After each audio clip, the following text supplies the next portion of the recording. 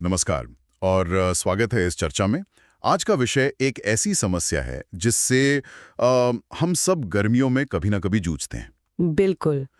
सब कुछ ठीक चल रहा होता है और फिर महीने के आखिर में आता है बिजली का बिल और होश उड़ जाते हैं। और सबसे पहली उंगली उठती है बिजली कंपनी पर। हाँ हाँ, हमेशा। या फिर लगता है कि भाई एसी में ही कोई बड़ी खराबी आ गई है। हम मैकेनिक को बुलाते हैं, वो कुछ छोटी मोटी सर्विस करके चला जाता है, लेकिन बिल बिल फिर भी वहीं का वहीं। बिल्कुल। ये एक पहेली जैसी लगती है। और इसी पहेली को सुलझाने के लिए आज हम इलेक्ट्रोवायल पॉडकास्ट में बताई गई बातों की गहराई में उतरेंगे।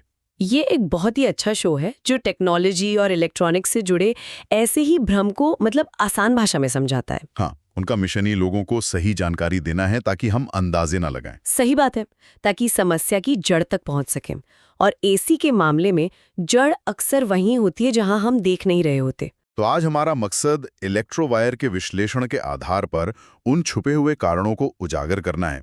चलिए देखते हैं कि हमारे घरों में चुपचाप बिल बढ़ाने वाला असली गुनहगार कौन है। ठीक है, तो शुरुआत सबसे बड़े और सबसे सीधे संदिग्ध से करते हैं। बिल्कुल। इलेक्ट्रोवायर के एक्सपर्ट्स इस बात पर जोर देते हैं कि एसी के बिजली बिल का लगभग 70 से 80% हिस्सा सिर्फ एक चीज की वजह से आता है, और वो है कंप्रेसर। कंप्रेसर। ये आंकड़ा तो बहुत बड़ा है। ये सुनने में चौंकाने वाला लगता है, लेकिन ये सच है। कंप्रेसर ही एसी का दिल है, समझिए। अच्छा। उसका काम है कमरे की गर्मी को खींचकर बाहर फेंकना। इसे ऐसे समझिए कि ये आपके कमरे में एक मजदूर है जो लगातार गर्मी की बोरियां उठा के बाहर फेंक रहा है। वाह, क्या उदाहरण है। तो जितनी ज्यादा गर्मी होगी उसे उतनी ही ज्यादा मेहनत करनी पड़ेगी, है ना? मतलब ये कोई खराबी नहीं है, बल्कि एसी के काम करने का बेसिक तरीका ही है। एग्जैक्टली। अगर बाहर का तापमान 45 डिग्री है और हमने एसी को मान लीजिए 24 डिग्री पर सेट कर दिया, तो कंप्रेसर को वो 21 डिग्री का भारी अंतर पाटने के लिए बिना रुके काम करना होगा। और यहाँ एक और चीज है जिस पर लोग ध्यान नहीं देते, नमी यानी ह्यूमिडिटी। ओ हाँ, चिपचिपी गर्मी। हाँ, 40 डिग्री की सूखी गर्मी और 40 डिग्री की चिपचिपी गर्मी में जमीन आसमान का फर्क है। जब हवा में नमी ज्यादा होती है तो एसी को पहले उस नमी और हटाने के लिए एक्स्ट्रा मेहनत करनी पड़ती है और फिर कमरे को ठंडा करना पड़ता है। मतलब डबल काम। डबल काम। और इस दोहरी मेहनत का सीधा असर कंप्रेसर पर पड़ता है और वो और भी ज्यादा देर तक चलता है। तो इसीलिए विशेषज्ञ कहते हैं कि एसी को 18 डिग्री पर चलाने के बजाय 24 या 25 डिग्री पर चलाना चाहिए। सही पकड़ा आपने। तापमान का अंतर कम हो जाता है। बिल्कुल। जब आप तापमान 24 डिग्री पर सेट करते हैं तो कंप्रेसर कमरे को उस तापमान पर लाकर थोड़ी देर के लिए बंद हो जाता है। उसे आराम मिलता है। अच्छा। और जिस पल कंप्रेसर बंद होता है, बिजली की खपत 80% तक कम हो जाती है। वो बस एक पंखे की तरह काम कर रहा होता है। तो ये ऑन ऑफ साइकिल ही असली खेल है। यही बिजली बचाने का सबसे बड़ा रहस्य है। 18 डिग्री पर सेट करके आप उसे ये आराम करने का मौका ही नहीं देते। कंप्रेसर वाला लॉजिक तो समझ आता है, ज्यादा गर्मी, ज्यादा काम, ज्यादा बिल, सीधा हिसाब। लेकिन कई बार ऐसा होता है कि गर्मी उतनी नहीं होती, फिर भी बिल आसमान छूने लगता है। अब आते हैं उस चीज पर जो बिल को चुपके से दोगुना कर देती है, और हमें पता भी नहीं चलता। हाँ, स्रोत इसे छिपा हुआ बिल किलर कहता है, और ये है लो वोल्टेज। सुनने में ये उल्टा लगता है ना, कि वोल्टेज कम है तो बिल ज्यादा कैसे। हाँ, ये वाकई में बहुत दिलचस्प और जरूरी बात है। होता ये है कि जब वोल्टेज कम होता है तो एसी का कंप्रेसर अपनी पूरी ताकत से शुरू नहीं हो पाता। अच्छा। वो चलने की कोशिश करता है, थोड़ा घूमता है और फिर बंद हो जाता है। फिर दोबारा कोशिश करता है। ये बार बार होता रहता है। और इससे बिल पर क्या असर पड़ता है? यहीं पर विज्ञान का एक सिद्धांत काम करता है। इसे कहते हैं स्टार्टिंग करंट या करंट स्पाइक। Current spike. हर बार जब कोई मोटर, खासकर कंप्रेसर जैसी भारी मोटर, बंद अवस्था से चालू होती है तो वो अपने सामान्य करंट से 5 से 7 गुना ज्यादा करंट खींचती है। 5 से 7 गुना? जी। इसे किसी आसान उदाहरण से समझा सकते हैं? जरूर। मान लीजिए एक रुकी हुई भारी गाड़ी को आपको धकेलना है। उसे अपनी जगह से हिलाने में जो पहली बार जोर लगता है, हाँ, वो सबसे ज्यादा होता है। सबसे ज्यादा। आपकी सारी ताकत उसे पहले धक्के में लग जाती है। लेकिन एक बार जब पहिए घूमने लगते हैं तो उसे आगे धकेलते रहना बहुत आसान हो जाता है। कंप्रेसर का मोटर भी वही रुकी हुई गाड़ी है। बाप रे। तो लो वोल्टेज की स्थिति में हम उस गाड़ी को बार बार वो पहला वाला सबसे जोरदार धक्का दे रहे हैं। बिल्कुल सही। वो थोड़ा आगे बढ़ती है, रुक जाती है और हम फिर से पूरी ताकत लगाकर उसे हिलाते हैं। और हर बार मीटर तेजी से घूमता है। यही बार बार होने वाले करंट स्पाइक्स मीटर की रीडिंग को रॉकेट की तरह भगाते हैं। एसी भले ही कूलिंग ना कर रहा हो, लेकिन बिल बढ़ रहा है क्योंकि वो लगातार चालू होने की नाकाम कोशिश कर रहा है। और भारत में तो शाम के वक्त वोल्टेज गिरना एक आम समस्या है। बहुत आम। जब सब लोग एसी चला लेते हैं तो ग्रिड पर लोड बढ़ने से वोल्टेज गिर जाता है। कभी कभी हमारे घर की पुरानी वायरिंग भी इसका एक कारण हो सकती है। तो वोल्टेज जैसी बड़ी समस्या जिस पर हमारा सीधा कंट्रोल नहीं है, उसके अलावा क्या कोई ऐसी छोटी छोटी चीजें भी हैं जिन पर हमारा ध्यान नहीं जाता? बिल्कुल है। कुछ ऐसा जिसे हम खुद ठीक कर सकें? हाँ, और इलेक्ट्रोवायरल के हिसाब से इस लिस्ट में सबसे ऊपर है एसी के फिल्टर्स। फिल्टर्स? ये इतनी छोटी सी बात लगती है कि लोग महीनों तक इसे नजरअंदाज कर देते हैं। स्रोत का कहना है कि अगर हर 15-20 दिन में फिल्टर साफ न किए जाएं, तो उन पर धूल की एक मोटी परत जम जाती है। और ये परत एसी का रास्ता रोक देती है? ठीक वैसे ही जैसे भरी हुई नाक से सांस लेना मुश्किल हो जाता है। सही बात है। एसी को कमरे की गर्म हवा को अंदर खींचने के लिए बहुत जोर लगाना पड़ता है। जब हवा का बहाव भी कम हो जाएगा तो कूलिंग कॉइल्स पर जो ठंडक है वो कमरे तक ठीक से पहुंचेगी ही नहीं। तो इसका मतलब ये हुआ कि एसी सिर्फ हवा ठंडी नहीं कर रहा है, बल्कि गंदे फिल्टर से हवा को खींचने में भी ज्यादा बिजली बर्बाद कर रहा है। बिल्कुल सही पकड़ा आपने। ये दोहरा नुकसान है। एक तो कूलिंग कम हुई, जिससे कमरा ठंडा होने में ज्यादा समय लगा, और कंप्रेसर ज्यादा देर तक चला। हाँ, और दूसरा पंखे की मोटर पर बेवजह का लोड पड़ा, जिससे बिल और बढ़ गया। इलेक्ट्रोवायरल के मुताबिक सिर्फ गंदे फिल्टर की वजह से एसी पर 15 से 25% तक का अतिरिक्त लोड पड़ सकता है। 25%? ये तो बहुत ज्यादा है। और इसे ठीक करना कितना मुश्किल है? बिल्कुल मुश्किल नहीं। ज्यादातर एसी में ये फिल्टर एक जाली की तरह होते हैं जिन्हें आप आसानी से बाहर निकाल सकते हैं। अच्छा। इसे बस बहते पानी के नीचे रखकर किसी पुराने टूथब्रश से धीरे धीरे साफ करना होता है और 10 मिनट में ये सूख भी जाते हैं। तो महीने में 2 बार ये 10 मिनट का काम आपके बिल में हजारों रुपए बचा सकता है।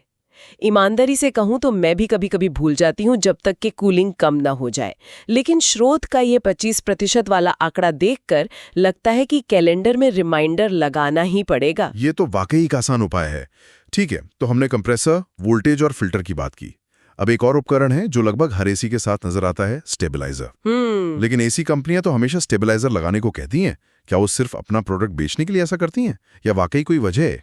ये एक बहुत अच्छा सवाल है और इसका जवाब थोड़ा पेचीदा है। अच्छा। इलेक्ट्रोवायरल पॉडकास्ट बताता है कि पुराने जमाने की जो रिले वाले स्टेबलाइजर आते थे। अच्छा, वो जो वोल्टेज बदलने पे कट कट की आवाज करते थे। हाँ, वही वाले। वो खुद भी एक छोटा मोटा हीटर चलाने जितनी बिजली खाते थे। अरे। वो एसी को तो बचाते थे, लेकिन बिल में अपना अच्छा खासा हिस्सा भी जोड़ देते थे। तो अगर किसी के पास वो पुराना कटकट करने वाला स्टेबलाइजर है तो वो भी बिल बढ़ने का एक कारण हो सकता है। हाँ, बिल्कुल। आज के जमाने में ज्यादा कुशल सर्वो स्टेबलाइजर आते हैं जो वोल्टेज को बहुत आराम से और बिना ज्यादा बिजली खर्च किए कंट्रोल करते हैं। लेकिन यहाँ एक और जरूरी बात है। इलेक्ट्रोवायरल के एक्सपर्ट्स बताते हैं कि ज्यादातर नई कंपनियों के अच्छे एसी को अब बाहरी स्टेबलाइजर की जरूरत ही नहीं होती। ऐसा क्यों? क्या उनमें अंदर ही कुछ लगा होता है? हाँ, अब एसी के अंदर के सर्किट इतने आधुनिक हो गए हैं कि वो खुद ही एक वाइड वोल्टेज रेंज पर काम कर सकते हैं। मतलब एसी शायद 1500 वोल्ट से लेकर 280 वोल्ट तक के उतार चढ़ाव को बिना किसी परेशानी के झेल सकता है। इसे स्टेबलाइजर फ्री ऑपरेशन कहते हैं। तो नया एसी खरीदने से पहले ये चेक करना चाहिए? बिल्कुल, उसके बॉक्स पर या मैनुअल में ये जरूर देख लेना चाहिए। हो सकता है आप बेवजह 2-3 हजार रुपए स्टेबलाइजर पर खर्च कर रहे हो और अपना बिल भी बढ़ा रहे हो। वाह, ये तो बहुत काम की जानकारी है। तो हमने एसी को चलाने के तरीकों और उसके साथ जुड़े उपकरणों की बात कर ली, लेकिन क्या ऐसा हो सकता है कि समस्या एसी चलाने में नहीं बल्कि एसी खरीदने में ही हो गई हो? आप बिल्कुल सही जगह पर पहुंचे हैं। ये स्रोत का आखिरी और शायद सबसे महत्वपूर्ण बिंदु है। क्या है वो? कमरे के हिसाब से गलत साइज का एसी चुनना, जिसे अंडर साइज्ड एसी कहते हैं। इसका मतलब है बड़ा कमरा और छोटा एसी? जी हाँ। मान लीजिए आपका कमरा 200 स्क्वायर फुट का है और आपने पैसे बचाने के लिए उसमें 1 टन का एसी लगा दिया, जबकि जरूरत 1.5 टन की थी। अब वो बेचारा 1 टन का एसी उस बड़े कमरे को ठंडा करने के लिए अपनी 100% क्षमता पर बिना रुके लगातार चलता रहेगा। वो एक ऐसी दौड़ में दौड़ रहा है जिसे वो कभी जीत ही नहीं सकता। बिल्कुल, क्योंकि कमरा कभी उसके तय तापमान तक पहुंचेगा ही नहीं। और जब वो लगातार अपनी पूरी क्षमता पर चलेगा तो वो वापस हमारी पहली बात पर आ जाता है, कंप्रेसर कभी बंद ही नहीं होगा। और यही वो स्थिति है जो बिल को दोगुना करने की सबसे ज्यादा क्षमता रखती है। इन्वर्टर इसी के मामले में भी यही होता होगा। बिल्कुल, लोग सोचते हैं इन्वर्टर एसी ले लिया तो बिल कम आएगा ही, लेकिन अगर वो अंडरसाइज्ड है तो उसका इन्वर्टर हमेशा अपनी अधिकतम स्पीड पर चलेगा और बिजली बचाने के बजाय एक सामान्य एसी से भी ज्यादा खपत करेगा। तो सही साइज कैसे तय करें? इसका कोई आसान सा नियम है? एक मोटा नियम है। 120-130 स्क्वायर फुट तक के कमरे के लिए 1 टन का एसी काफी होता है। 180-190 स्क्वायर फुट तक के लिए 1.5 टन और उससे बड़े कमरों के लिए 2 टन। लेकिन इसमें और भी चीजें होंगी ध्यान रखने वाली। से क्या आपका कमरा टॉप फ्लोर पर है? क्या किसी दीवार पर दिन भर सीधी धूप पड़ती है? कमरे में बड़ी खिड़कियां हैं? ये सभी चीजें गर्मी बढ़ाती हैं और ऐसी स्थिति में आपको तय साइज से थोड़ा बड़ा एसी लेना चाहिए। तो सही साइज का एसी चुनना एक तरह का निवेश है। बिल्कुल, सिर्फ आराम के लिए नहीं बल्कि लंबे समय तक बिल को काबू में रखने के लिए सबसे जरूरी निवेश है। तो कुल मिला के बात यह है कि एसी का बढ़ा हुआ बिल किसी एक विलन का काम नहीं है। नहीं, ये तो कई चीजों का मिला जुला नतीजा है। सिर्फ एसी को या बिजली कंपनी को दोष देने से कुछ नहीं होगा। बिल्कुल, हमें एक जासूस की तरह सोचना होगा। क्या कंप्रेसर को आराम मिल रहा है? घर में वोल्टेज स्थिर है? फिल्टर आखिरी बार कब साफ हुआ था? क्या मेरा स्टेबलाइजर खुद तो बिजली नहीं पी रहा? और सबसे जरूरी, क्या मेरा एसी मेरे कमरे के लिए सही सिपाही है या नहीं? बिल्कुल। हाँ, आज की चर्चा से ये साफ है कि इलेक्ट्रोवायरल का स्रोत हमें एक जागरूक और जानकार ग्राहक बनने के लिए कह रहा है। जब हम ये समझते हैं कि हमारा उपकरण कैसे काम करता है और कौन सी चीजें उस पर असर डालती हैं, तो कंट्रोल हमारे हाथ में आ जाता है। मतलब मुद्दे की बात यह है कि ये बिजली कंपनी की कोई साजिश नहीं है। नहीं, बिल्कुल नहीं। ये हमारे अपने घरों में मौजूद उपकरणों का विज्ञान है और इस विज्ञान को समझना ही बचत का पहला कदम है। जब हम अपने एसी को कुशलता से काम करने का सही माहौल देते हैं, साफ फिल्टर्स, सही वोल्टेज और सही तापमान सेटिंग, तो वो कम समय में बेहतर कूलिंग देता है। कंप्रेसर को आराम मिलता है और हमारा बिल अपने आप काबू में आ जाता है। इस पूरी बातचीत से मेरे मन में एक और सवाल आ रहा है। पूछिए। अभी तक हमने उन समस्याओं की बात की जो हो चुकी हैं और जिन्हें हम ठीक कर सकते हैं, पर क्या कोई ऐसा तरीका है कि एसी को इतनी मेहनत करनी ही ना पड़े? आप समस्या की जड़ पर जा रहे हैं। हाँ, स्रोत ने उन कारणों पर ध्यान केंद्रित किया जो बिल बढ़ाते हैं। ये सोचने के लिए एक नया सवाल खड़ा करता है। इन समस्याओं को ठीक करने के अलावा क्या हम अपने घर के डिजाइन या बनावट में कुछ ऐसे बदलाव कर सकते हैं जो गर्मी को घर में आने से ही रोकें? जैसे खिड़कियों पर हीट रेजिस्टेंट फिल्म लगाना या छत पर सफेद पेंट करना ताकि गर्मी परावर्तित हो जाए, या फिर दीवारों में बेहतर इंसुलेशन करवाना। ये तो बहुत सक्रिय कदम होंगे। हमारा मिशन ज्ञान हर किसी का अधिकार है। आप सिर्फ सब्सक्राइबर नहीं, इस ज्ञान क्रांति में हमारे ज्ञान परिवार के सदस्य हैं। जुड़िए इलेक्ट्रोवायरल परिवार से। यहां आपका अपना मंच है। सब्सक्राइब करें और इस ज्ञान को उन लाखों लोगों तक शेयर करें जिन्हें इसकी सबसे ज्यादा जरूरत है।